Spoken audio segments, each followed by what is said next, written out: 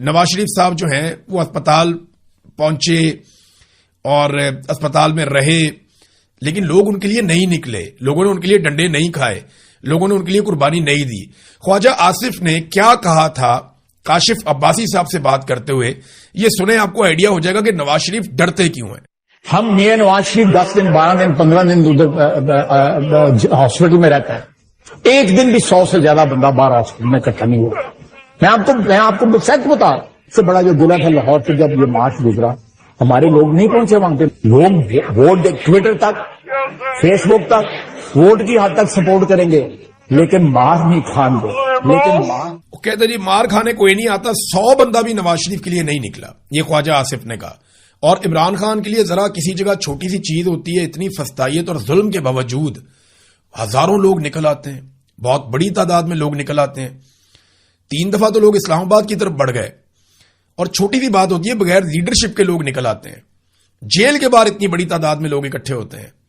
تو نواز شریف کے لیے لوگ نہیں نکلتے تھے۔ خواجہ آصف نے کہا تھا کہ ہمارے لوگ نواز شریف کے لیے باہر نہیں آ رہے، ووٹ شوٹ ڈال دیتے ہیں لیکن کوئی نواز شریف کے لیے مار کھانے کے لیے تیار نہیں ہے۔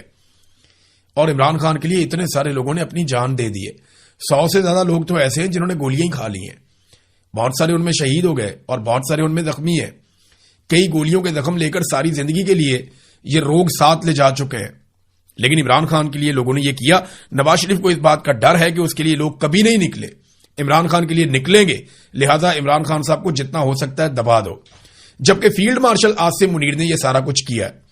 جو بھی عمران خان صاحب کے ساتھ ہوا ہے نا، اس کے لیے جو سب سے بڑا رسپانسیبل آدمی ہے وہ فیلڈ مارشل عاصم منیر۔ اور یہ میں نہیں کہہ رہا، یہ عمران خان صاحب خود کہتے رہے، ایک مرتبہ نہیں کہا، انہوں نے کئی مرتبہ یہ بات کہی ہے کہ مجھے کچھ ہوا یا میری بیوی کو کچھ ہوا تو اس کے لیے ذمہ دار فیلڈ مارشل عاصم منیر ہوں گے۔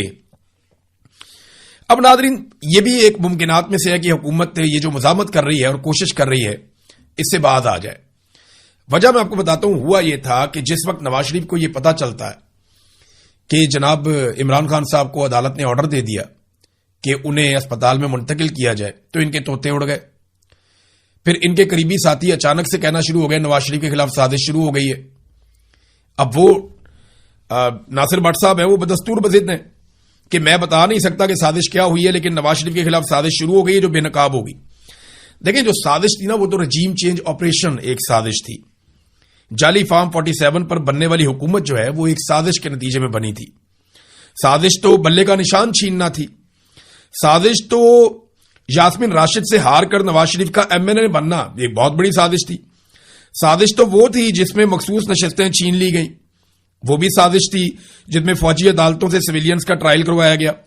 زبردستی ترامیم کر کے آئین کا حلیہ بگاڑنا ایک بہت بڑی سازش تھی۔ عمران خان کی بدترین قید تنہائی اور اس کی جان سے کھیلنا یہ ایک بہت بڑی سازش ہے، اور یہ ساری اس طرح کی بے شمار سازشیں ہیں، اور ان تمام سازشوں کے تانے بانے جا کر ملتے ہیں جاتی عمرہ سے اور وہاں کے مکینوں سے۔ یہ ہے ناظرین سازش کی صورتحال۔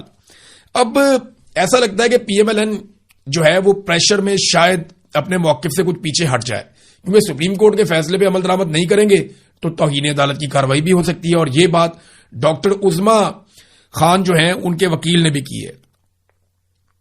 اور خالد یوسف چودھری صاحب نے یہ کہا کہ ہم نے ہر طرف یہ آرڈر لے کر بھجوا دیا ہے اور لیٹر بھی لکھ دیا ہے، اگر عمران خان صاحب کو منتقل نہیں کیا جاتا اس فیصلے کے مطابق اسپتال میں تو ڈاکٹر عظما کی طرف سے ہم توہین عدالت کی ایک درخواست ڈال دیں گے سپریم کورٹ آف پاکستان میں، اور پھر حکومت کو توہین عدالت کا سامنا کرنا پڑے گا، اس میں وہ سب کو فریق بنا دیں گے۔ اب دیکھیں، ایک ٹیکنیکل چیز ہے جو یہ لوگ سمجھ نہیں رہے، یہ کیس کا مکمل فیصلہ ابھی تک نہیں ہوا، یہ ایک عبوری آرڈر ہے، بیچ میں کر کے ایک آرڈر آ گیا، مکمل فیصلہ نہیں ہوا، یہ کیس ابھی جاری ہے، بہت ساری چیزیں اس میں باقی ہیں، مینٹینیبلٹی کا بھی ہے، بہت ساری اور چیزوں کا بھی ہے۔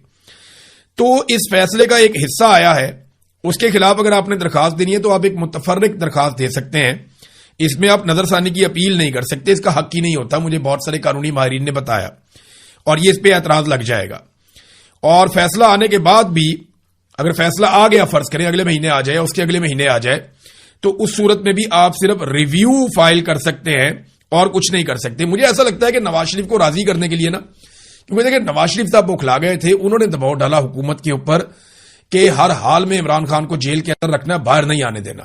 اور اس دباؤ کے نتیجے میں حکومت نے نواز شریف کو راضی کرنے کے لیے ایک ایسی درخواست ڈال دی ہے یا نظر ثانی کی ایک ایسی اپیل ڈال دی ہے جس کا حکومت کو خود آئیڈیا ہے کہ اس کا کچھ نہیں بننا، اس سے کچھ نہیں نکلنا. ڈال دو، اپیل ڈال دو، نواز شریف کو بھی خوش کر دو، اور عدالت کا اعتراض بھی اگر آ گیا تو یہ معاملہ تو یہیں پہ رک جائے گا. لیکن دیکھیں عدالت کے اوپر دباؤ تو جب چاہتی ہے ملٹری اسٹیبلشمنٹ ڈال دیتی ہے. اگر آج نون لیگ اور پیپلز پارٹی پوری طرح سے اسٹیبلشمنٹ کی گود میں واپس سما جائیں اور معاملہ جو ہے اسی طرف چل پڑے تو پھر آپ دیکھیں گے بہت ساری چیزیں آپ کو تبدیل ہوتی ہوئی بھی دکھائیں گی. اور میں یہ نہیں کہہ رہا کسی موقع پر بھی کہ عمران خان صاحب نے کوئی ڈیل کی ہے. بہت سارے لوگوں کی ڈیوٹی لگ گئی کہ ڈیل بولو ڈیل بولو ڈیل بولو. اور بھئی عمران خان کوئی راکٹ لانچر دے کے تو نہیں بیٹھا ہوا جیل میں. سیاست دان ہے، ٹیبل پہ بیٹھ کے مسئلہ حل کرے گا. لیکن مسئلے کا حل کیا ہے؟ مسئلے کا حل یہ ہے کہ پاکستان میں صاف اور شفاف الیکشن کروایا جائے. اسی کے لیے وہ ڈٹ کے مار کھا رہا ہے. پاکستان کے اندر رول آف لا ہونا چاہیے. پاکستان کے ساتھ تجربے بند کیے جائیں. ملٹری اسٹیبلشمنٹ جو ہے وہ اپنی ڈومین میں واپس جائے. اس کے لیے وہ بیٹھ کے بات کرے اور وہ کہیں جی ہم پیچھے ہٹتے ہیں، ہم فری اینڈ فیئر الیکشن کرواتے ہیں، پاکستان میں عوامی حکومت بننے کے لیے ہم راہ بناتے ہیں. تو پھر تو پاکستان بھی چل جائے گا، معاملہ بھی ٹھیک ہو جائے گا. اب یہ بات عمران خان صاحب نے انہی سے کرنی ہے نا جنہوں نے قبضہ کیا ہوا ہے. جن کے اوپر قبضہ کیا ہوا ہے انہوں نے انہی سے بات کرنی ہے جنہوں نے قبضہ کیا ہوا ہے. ایسا تو نہیں ہو سکتا کہ بیچارے سارے مظلوم آپس میں باتیں کریں. شہباز شریف کی تو اتنی اوقات نہیں ہے کہ وہ عمران خان صاحب کی ملاقات کروا دیں. وہ کہتے ہیں میں پوچھ کے بتاؤں گا. فیلڈ مارشل کے جوتے صبح اٹھ کے پالش کرتے ہیں، شام کو بھی پالش کرتے ہیں. تو وہ نہیں کر سکیں گے، ان سے یہ ہوگا بھی نہیں.